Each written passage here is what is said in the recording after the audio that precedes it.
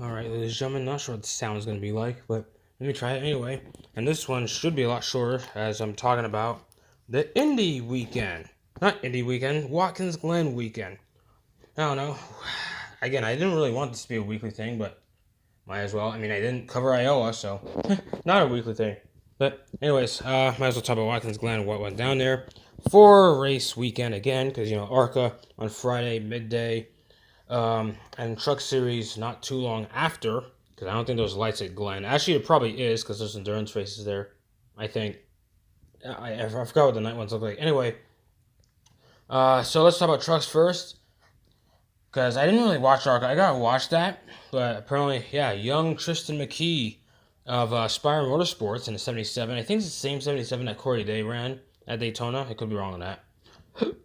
But yeah, props to Tristan McKee. Might as well mention that. It is what it is. Truck Series. Oh boy. I remember this YouTube channel, Robin's Nest, I watch. He was pretty upset about what went down in trucks. And the thing is, the only thing I was only able to see highlights because I don't have any sports channels, which is why aside from the Daytona race, I only watched the ARCA Daytona race live. The other ARCA races I had to watch highlights or just wait till the actual race comes out. But same goes for trucks, by the way. And the truck, oh my gosh, just seeing the highlights, I can see what his problem would be. I already knew he'd tear. Robinson S would tear into that. Because, I don't know. Well, I didn't see the whole video, but, I'm not sure if you covered this, but, Ty Majeski. What was Ty thinking? Good Lord, Ty Majeski. I don't know what that was about. He just, for some reason, it's like he kept wrecking everyone. I know he doesn't try. A lot of these guys, I don't know how much these guys actually try to wreck each other, but it's just a matter of when you're trying to get by your opponents, man. These guys are ultra aggressive. I know the same for Xfinity Series, but I'll get to that in a minute. But that was just frustrating to watch because, it's like, what are they doing? And it's like, I just noticed, do trucks regularly go to Watkins Glen? That might be a first for them. I don't remember. I don't know. I have to look at the schedule afterwards, but I could have sworn this is probably their first time going to Watkins Glen. Because even though trucks do go to road courses, it's not usually the Glen. That's bizarre. Maybe that has something to do with it. I don't know. Still not really an excuse. So yeah, not much to say on that part. Let's skip on to Xfinity. This is going to be the bulk of this episode because even though I watched the Cup Series, I kind of got into it late with 15 laps to go. There was someone else I think I was at church. Yeah, I think I was at church, that's why. By the time we came, I know it was longer than usual, so we came back home, turned on TV, and it's 15 laps to go. Rough, but at least still watch the race. Not much to say there, because SVG. But anyway, Xfinity, good lord. That one, I wasn't able to see, but that's because I'm only able to watch the Xfinity Series live whenever the USA Network, because for what the TV I'm on, we don't have CW on the TV I have, so we have, what was it? Yeah, we don't have CW on there, so I'm only able to watch Xfinity live whenever it's available to watch on the USA Network, which used to be Discovery Channel, or at least at the time. I think Discovery Channel's back, but besides the point. So talking about the race, I missed a lot of this race too because yeah, and man, I'm trying to remember. Was it the Cup? Not the Cup race. Was it? There was a race. I'm trying to remember what it was. I think it was the Xfinity. Not Xfinity. It was. Yeah. Sorry, Xfinity. My mind's all over the place right now. Just give me a minute. Okay, so let's just go to near the end because the rest of it I just don't remember. So yeah, that bit with Zilich. It was coming out towards the final corner, and Zilich got back on track in the SVG. Yeah, that was rough to see. Oh boy. And I don't think SVG had any sort of ill. I don't know if he was really pissed about it. I mean, regardless, it was kind of reckless on Zilich's end. But at the same time, I don't know. It's he tried to get back on track. I mean, they were kind of side by side. It didn't work really well. And SVG, I feel like, should have given him more room. That's just me. But then again, he probably thought Zilich drove too far out. That's probably why. I don't know, but it is what it is. Isn't the worst. I mean, no, the worst yet to come, well, actually, because, well, about a lap or 2 or 3 later, I forgot the time frame on that, a few laps later, Austin Hill coming out of the big right-hand corner right after the one right after the bus stop, because I forgot the numbers of certain turns. But you know the one. It was right after the big turn right after the bus stop. Austin Hill went wide. Now, he was behind Michael McDowell, by the way. Michael McDowell was driving the 11 car, which, in place of Josh Williams, who was released effective immediately, I think, after Indy. So, I think I covered that at that time, too. Essentially, what ticks me off was that what ticks me off is that Austin Hill, I don't know how he feels about that ride, because I forgot what he said.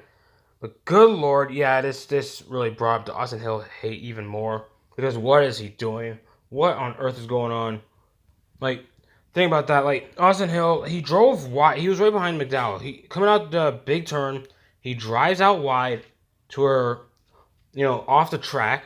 And the thing is, off that track bit there's no more grass, but now it's just like a little bumps here and there. So it still slows down the car. He drove so far out wide, and he was able to gain on Michael McDowell too. So he wound up on like McDowell's left rear, and McDowell's trying to go back on track. Like, I don't know. Like, some people think McDowell should get in the room, but honestly, the thing is, like, I don't know what Hill was expecting when you drive that far out wide, and then you try and stay with him for whatever reason as the wall is closing in. Why? Why would you do that? That doesn't make any sense. It's just, that was the dumbest thing. That's the dumbest thing he's done so far, and this one wasn't even intentional. Like, well, I mean, not really sure if the Almirola one's intentional. I don't know. Regardless, like, Hill's just been stupid. This is worse. Is it worse than Probably. I don't know. It's kind of a toss up because Almirola's crash still looked nasty, but this was a big one. About how many cars did they say was in it? 15. I lost count. I don't remember what they said exactly, but I wouldn't be surprised if it was more than 15, because that was a big pileup involving Sieg brothers, whoever was in the 91 car who got air, because someone hit the 91 as their, I don't know, caution came out, but like, I don't know if like, maybe the broadcast was delayed when showing a caution, because McDowell was already like stopped. So Walsh and Gray were already stopped and then the caution thing popped up on the screen. Maybe it was just a delay on the broadcast end. Maybe they threw the yellow immediately once McDowell smashed the wall. I don't know. But thing is, poor Walsh. I know I'm bouncing all over the place, but poor Walsh. And I looked at the replay, so Walsh never even touched McDowell, because McDowell smashes the wall, like slides across the track to the other wall, basically around the same area where he had that nasty crash in 2014 in the Cup Series, which a lot of people actually remember that, shockingly enough. And the bit where McDowell went sliding across the track. So Walsh, I checked, he didn't touch McDowell at all. He just smashed into McDowell's tire or something. He hit McDowell's tire or maybe something else. Okay, the point is, so Walsh smashed into debris that McDowell had. Like, it was like he almost hit McDowell, but he didn't. But it didn't matter because Walsh got major hood damage, just smashing into whatever debris in from McDowell's car.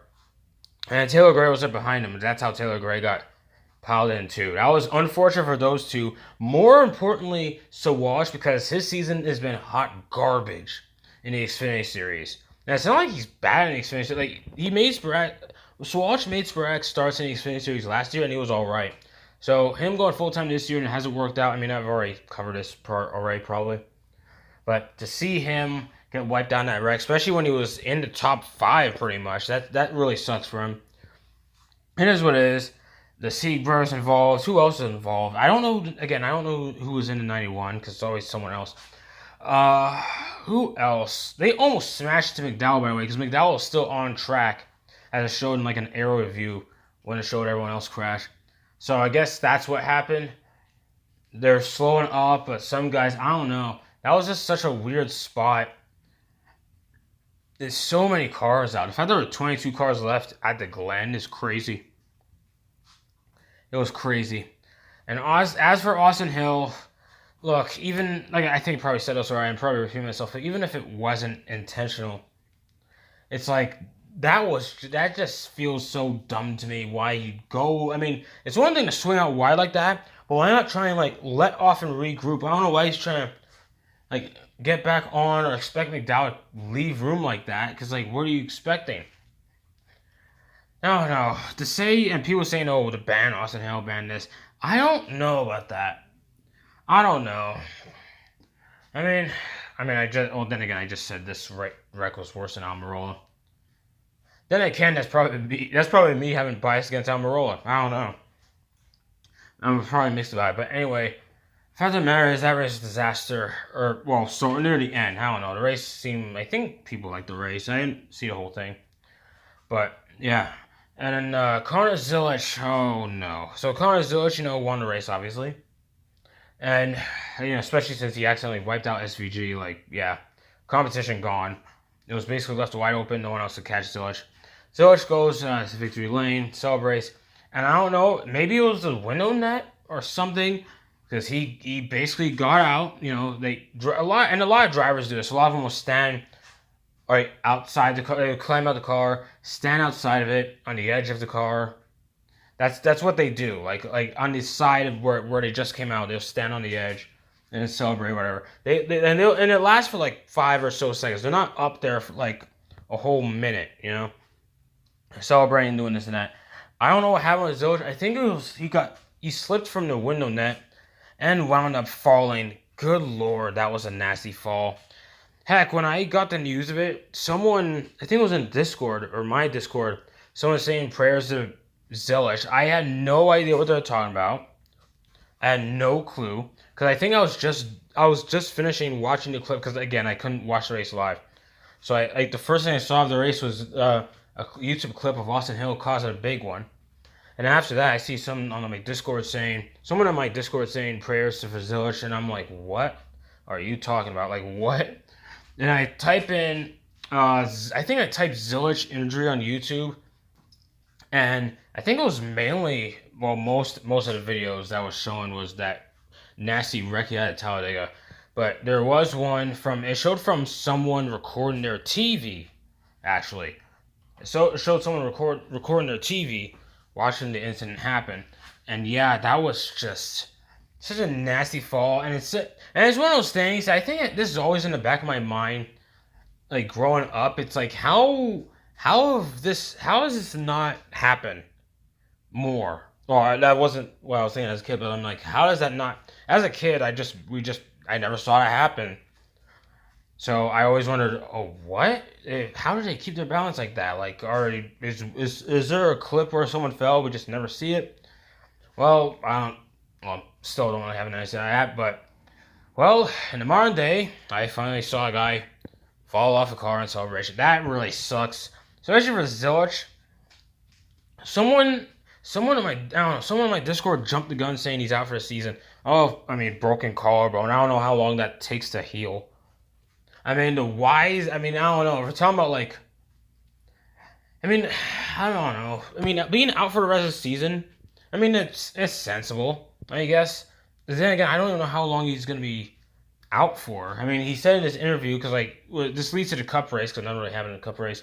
But during the Cup race, Zilic was interviewed. He was still at the track, because I forgot that, and the reason for that is because Zilic was scheduled to run the 87 car, number 87 Red Bull car, at Watkins Glen the very next day, for the Cup race. And, well, because of, what happened, they withdrew the car, which I feel like they could have found someone else to run it, but I guess they just didn't want to go with it.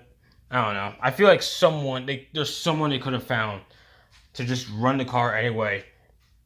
Especially in today's economy, Like, when's the next road course race? Because I think Zilic has only run that car for road courses.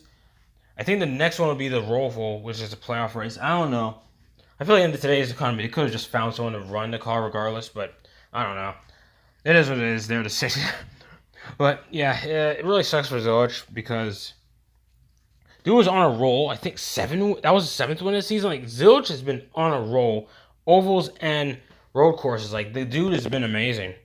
Heck, even when he's not in the car, guys are winning. I think Larson won one of the old, I think Texas in the '88 car. I think, or whatever oval was right after Talladega, because I know he missed one race. I know Zilch missed one race because of what happened at Dega. So yeah, Zilch, man, he been winning races, but he's been getting hurt. Like, it really sucks for him. Like, if this guy somehow still makes the playoffs, this dude gotta win the championship. Like, Zilch has to win the championship at this point. If he could come back in time for the playoffs to start, which actually is coming in real close, so I'm not sure about that, especially since I just said I don't know how long the broken collarbone could be healed up. I don't know. But regardless, yeah, not much to say about the Cup race. Like I said, I only got in like 15 laps to go. And, not much happened. Props to SVG again. But one major question I have is, well, or not question, but just the fact of, the fact that he has 4 wins now, and I think he has more. Does he have more wins than anyone else? I think he's tied with someone with the most wins this season, and they're all on road course. So let that sink in. And SVG, my goodness, outside road course, the stats have not been good at all. My goodness, man, it's just not been good. And it's weird because in the Xfinity Series, his oval record actually wasn't terrible. Like, in the Xfinity Series, like, last year, his oval stats weren't even the worst thing on the planet. Like, the dude was actually all right. But now in the Cup Series, it's like, and the Cup Series cars are more similar to, they match the V8 Supercar thing a lot more. It really sucks that, that happened, but I don't know. Maybe I would probably just give him a couple years. Like, Marcus Ambrose, I know Marcus Ambrose will never turn out to be this superstar, but, like, I didn't, like, outside road courses, but I feel like SVG has that potential to do better on ovals in the Cup Series at least, because he showed something in Xfinity. He's not the worst in ovals. Maybe it's the next gen car. I mean, people hate this Gen 7 car as a whole anyway. There's a whole litany of problems. I've seen certain videos covering it. I'm not this big science guy, especially, or not even when it comes to the mechanics of the car and how it works. I just go by, like, what I see. And, like, well, actually, I'm not even the best observing the Gen 7 cars in action, so not even that either. But regardless, yeah, the Cup car, I don't know. I'm not going to get in that whole thing. That's a separate Vince Station episode all in itself. But yeah, it's just a shame that, that's what the Cup Series been doing. But I don't know. I don't know what the next race is. I have to look at the schedule. But, hopefully it will be quite the spectacle for all the good reasons, whatever those good reasons might be. Because a lot of people have different views as to what makes a good race. But yeah. And, oh yeah, now I remember. So, SVG, 4 wins, and now the amount of playoff points he gets. Some people in my Discord predicted he would go to the round of 8. I thought that was a bold prediction, but considering how many wins he's getting in the regular season, like, especially when the more wins you get, the more playoff points you get. So the fact that he has 4 wins, and only like one other guy probably has 4 wins. I don't know who else has 4 wins at the moment, but it's still crazy. So the fact that SVG is getting those playoff points, which will really help him big time with the point, like, when let's just say he sucks in round of 16 because they're all ovals, and then, honestly, and assuming nothing stupid happens at the Roval, what's the Roval? A lot of stupid is gonna happen. But let's say he stays out the way of the stupid stuff at the Roval. Yeah, he's guaranteed just going around at 8. I don't know. That's the funny thing. That will expose the playoffs even more. Which, oh boy, I know I said last year that I hoped Harrison Burton would expose system by somehow getting through round of 16. Nah, SVG is guaranteed to make something happen. If he doesn't do anything stupid in round of 16, or nothing stupid happens to him in round 16, then he's gonna make it through to round 16 just through those playoff points alone. I don't know, still kind of bold prediction because there's still a good chance he'll be absolute garbage in round 16, but we don't know yet. He still might have that luck to get into round 12, and if he does, there's a good chance Talladega might. I think Talladega. Well, that's if Talladega's still in the round of 8. Assuming Talladega's still in the round 12. Like, imagine him winning that somehow.